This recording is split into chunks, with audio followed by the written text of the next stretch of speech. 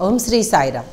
నవవిధ భక్తి మార్గాలలో భగవంతుని చేరే మార్గాలలో మనము ఎంచుకుంటున్న ఈ నవవిధ భక్తులలో దాస్యం గురించి తెలుసుకుందాం. దాస్యం ద్వారా ఎలా స్వామిని చేరుకోవాలో తెలుసుకుందాం.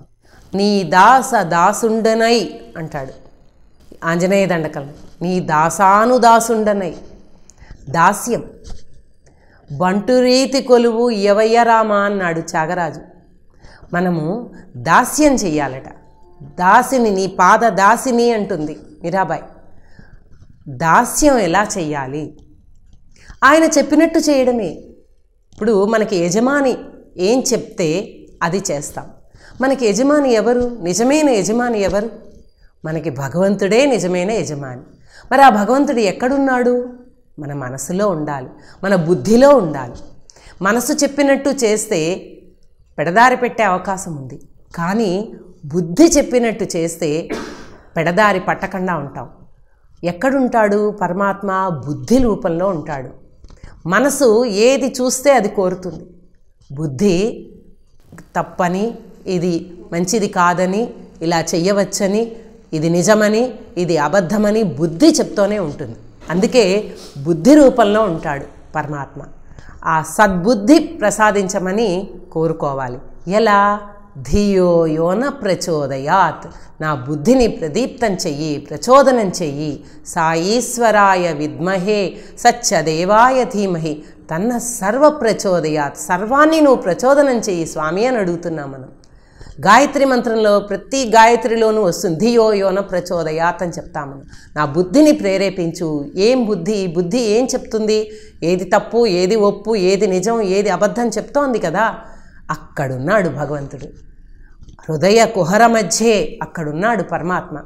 ఆ బుద్ధి చెప్పినట్టు నడుచుకుంటే, బుద్ధికి యజమాని పరబ్రహ్మ గనక, పరమాత్ముడు గనక, భగవత్స్వరూపుడైన సాయీశ్వరుడు గనక ఆయన చెప్పినట్టు నడుచుకో.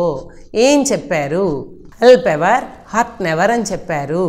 ప్రార్థించే పెదవుల కంటే సేవ చేసే చేతులు మిన్నా అని చెప్పారు. నువ్వు నేనుండగా నీకు భయం ఎలా అన్నారు. నువ్వు ఎక్కడ తలుచుకుంటే అక్కడికి వస్తాను అని చెప్పారు. ఇలా ఎన్నో దృష్టాంతాలు ఉన్నాయి స్వామి గురించి. తలుచుకున్న వెంటనే వస్తారు స్వామి. ఆయనకి దాస్యం చేసినట్లయితే, ఆయనకి దాస్యం చేయడం ఎలా? స్వామికి దాస్యం చేయడం ఎలాగా? ఆయన లేరే, ఎదురుకుండా లేరే, యజమాని కారే, నీ యజమాని వేరే ఎవరు?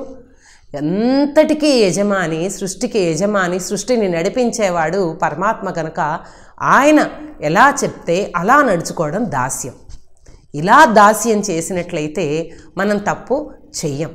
అందుకే మానస పూజా విధానంలో కూడా, శివమానస పూజలో కూడా చెప్తారు కదా, ఆత్మాత్వం గిరిజామతి ప్రాణ సహచర శరీరం గృహం పూజాతే విషయోపభోగ రచన నిద్రా సమాధి స్థితి సంచార పదయో ప్రదక్షిణ విధి స్తోత్రాన్ సర్వాంగిరో యజ్జత్ కర్మ కరోమి తత్ అఖిలం శంభోతవారాధన అంటారు. నేను చేసే ఆత్మాత్వం గిరిజామతి ప్రాణ సహచరా గృహ ఇవన్నీ కూడా నీవే.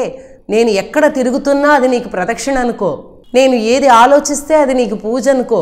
ఇలా శివమానస పూజలో శంకరాచార్యుల వారు సులభమైన మార్గం చెప్పినట్టుగా నువ్వు అభిషేకాలు చేయనవసరం లేదు, యజ్ఞయాగాదులు చేయనవసరం లేదు.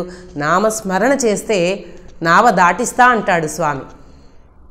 నామస్మరణ చెయ్యి. కలియుగంలో నామస్మరణే ముఖ్యం. అలా అని చెప్పి అన్ని మానేయమని కాదు. దాంతో నువ్వు ఏది చేస్తున్నా కూడా భగవంతుని నామం పట్టుకుని వెళ్ళినావంటే నువ్వు నీ ప్రమేయం లేకుండానే మంచి పనే చేస్తావు.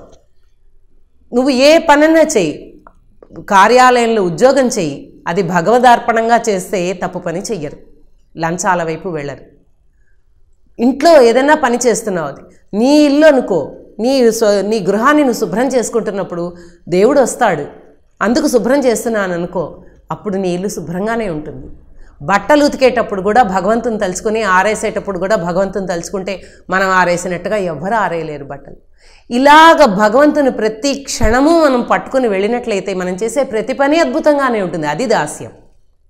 దాస్యం అంటే మనిషి కంటే కూడా భగవంతునికి దాసులు అయినట్లయితే మన జన్మ ధన్యం అవుతుంది. నవవిధ భక్తి మార్గాల్లో అతి సులభమైన మార్గం దాస్యం.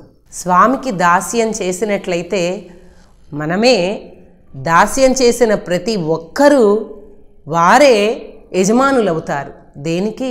బుద్ధికి. బుద్ధికి యజమానైతే అది నడిపించిన మార్గంలో నడిచినట్లయితే స్వామి దగ్గరకు అతి సులువుగా చేరుకోవచ్చు.